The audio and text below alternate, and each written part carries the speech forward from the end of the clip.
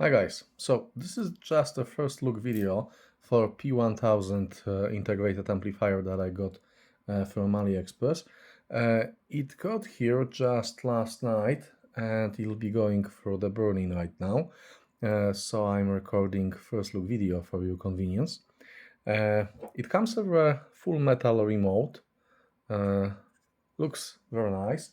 I actually have one like that for the other integrated amplifier that I have. The model numbers are different, but they look and they behave the same way. So, quite nice remote, full metal build. This is not a plastic. And what do we have here? How should I show it to you?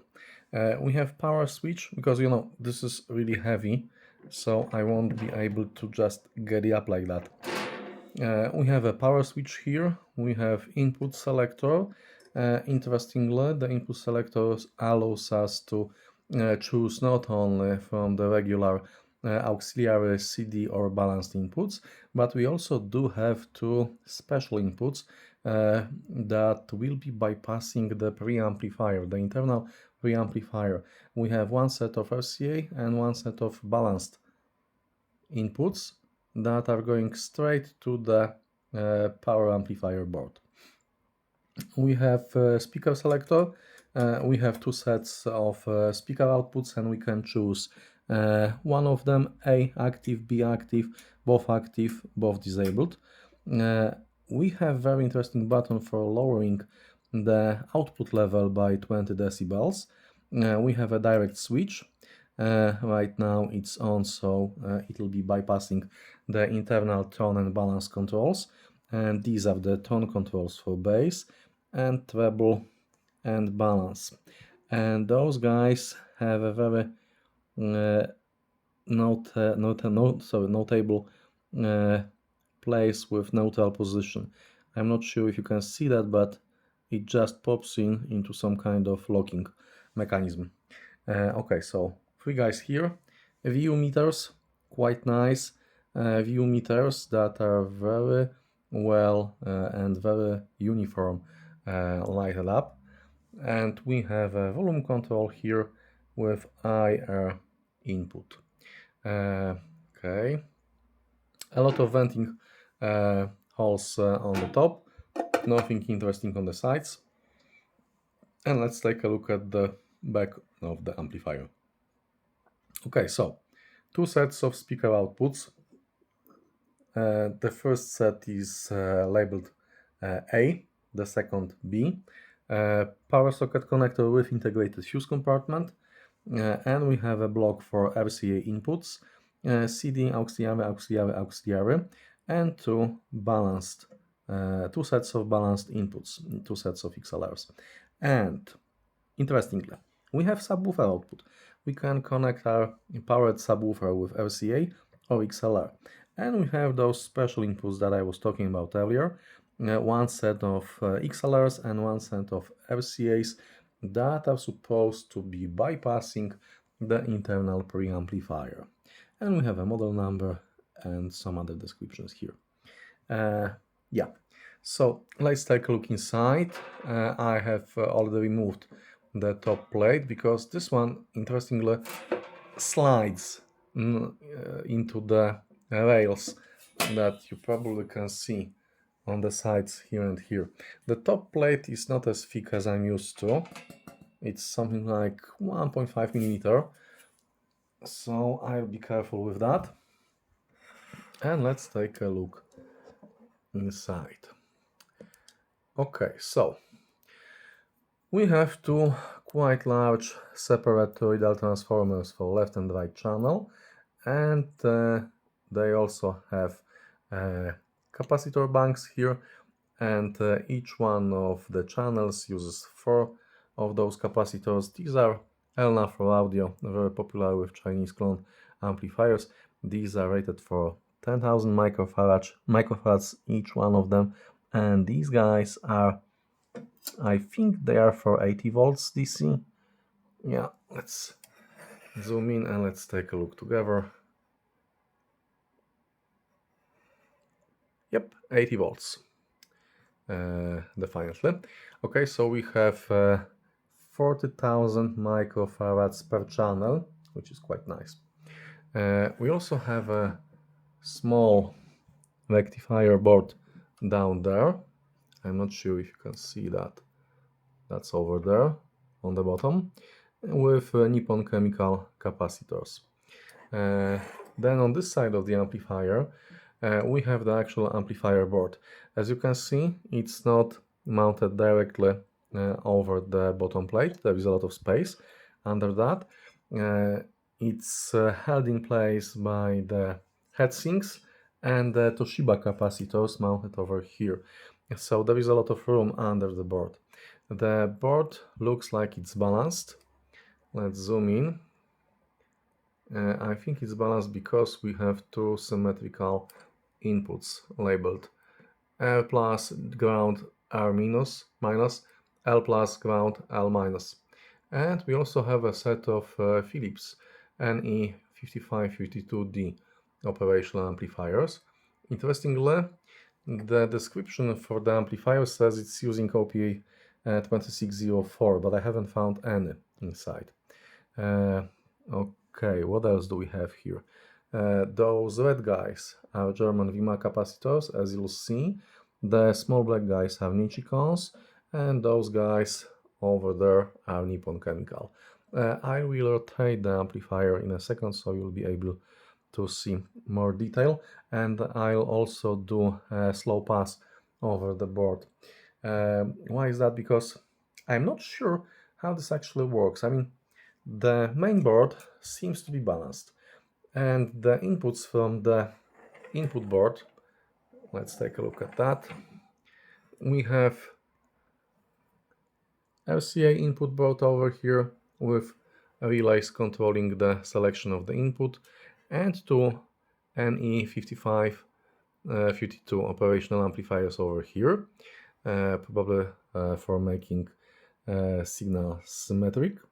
And down there we have a second input board for XLRs. The balanced inputs and the balanced subwoofer output are using separate board. And there are also two connections just in the corner here. I'm not sure if you'll be able to see that. Yeah, right down in the corner. Two connectors for the signal output. And let's zoom out. And we have two other boards in the front of the amplifier. We have, let's rotate that. We have a volume control board with motorized 4-channel ALPC volume pot that's mounted in with 45 degrees angle, like that. It's not, you won't be able to see that. So it's basically it's mounted angled downwards. And then we have a separate board with controls for tone controls for bass, treble, etc., and also some relays that are by controlling the bypass of that module. The backlight for the PU meters is here, and we have a lot of diodes mounted here. So the puzzle for me is that I'm not sure how this actually works. I mean, the amplifier board looks like it's balanced, but it also looks like we have a lot of NE5552. Some of them are over there on the tone control boards, and we have a set on the volume pot board over here. And it looks like, although this volume pot, this volume controller is 4-channel, it seems to me like if you'll be using the tone controls and or RCA inputs, the signal will be converted to single-ended, from single-ended to balanced, and then back to single-ended. But if you're using the XLR inputs, it looks like you'll be going directly into the board for the balanced inputs over here, if you'll be using the set of XLRs that are bypassing the preamplifier. And if you're using the regular XLR connectors, it looks to me like the signal is being converted 2 times along the way, to the single-ended and back from the single-ended to balanced. I'm not sure if I'm getting that build correctly. As you may hear, I am kind of tired right now, but I was thinking about that, looking at that, and thinking about that again for the past 20 minutes, and I'm not perfectly sure how it actually works. There's a lot of cables that are going under the amplifier board. I've seen that this black guy, goes straight to the volume control board. Those guys are directly connected to XLR board, and these are clearly described. But we also have a set of 2 black cables here that are looking like right and left inputs, and they look here like they are balanced. And the same cables are going out of this board, this XLR board down there in the corner. So this looks like a balanced connection. On the other hand, the volume control board does have only 3 connectors. So if we have balanced input for 2 channels coming in, why do we have only 1 output? I am not sure I'm getting this correctly. I'm sure there is something that I'm missing here. I did connect that amplifier about an hour ago. Everything seems to be working fine, and it does sound good. That's obviously not the full conclusion of the review. I will spend some time with this amplifier and assess the full sound quality. But it sounds surprisingly good. The specification says that if you are using the tone controls, then the signal-to-noise ratio gets down to something like 98 or maybe 100 decibels, I'm not sure. But if you are bypassing tone control board, then you're able to achieve 118 decibels signal-to-noise ratio, which is very nice achievement. Yeah, so let's do some zoomed in photos, and maybe you'll be able to figure out what this is all about.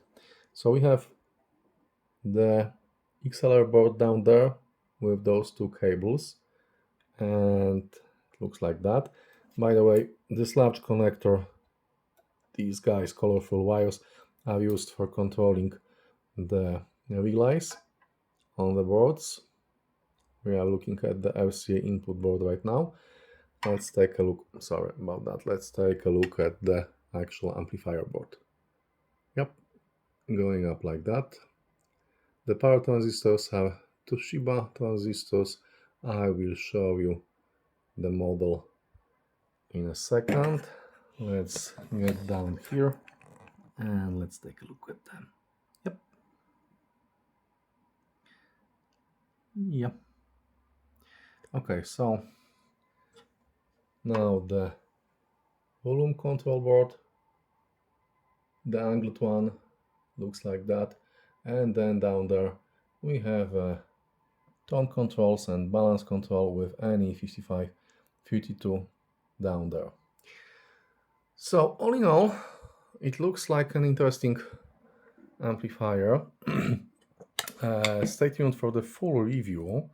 And as I've said, I was quite surprised to hear that one, because it was something like 15 minutes or something like that, but it already sounded good. So yeah, it's gold. Look, it's sorry, it's gold plated. Maybe it's not a gold plated. It maybe it's just a paint, but the color is the same as for Sukiya E550, and they look similar from the distance. If you'll take a look at both of them, I have Sukiya over there because that's my reference integrated amplifier at the moment. The similarities are based mostly on the placing of different controls, because they are, when you're looking closer, they are looking completely different. Different fonts, different types of knobs, different functions for the knobs, maybe except for the direct button, which is, by the way, placed in a different place on Sukiya. And also the volume control board is different. It's placed in a different way although the volume control is also on the right side. But the IR receiver is not here, it's placed over here. So they look similar until you will take a look at the details. Yeah, and I think that's it for now. I'll let it burn in for something like 3 or 4 days in a row. Two more things. The temperature. The temperature stays below the 40 degrees centigrade. It was 57, 58 degrees. This amplifier, according to the seller, is class A for the first couple of watts, and then it goes to the AB. And I've checked also the power consumption, and the power consumption for the regular listening level was 46 watts, so very low. And that would also explain low temperatures. Okay, so that's it. Again, the links to the store that I got this guy from down in the video description. And stay tuned for the full review of this amplifier. Thank you, and see you next time, guys.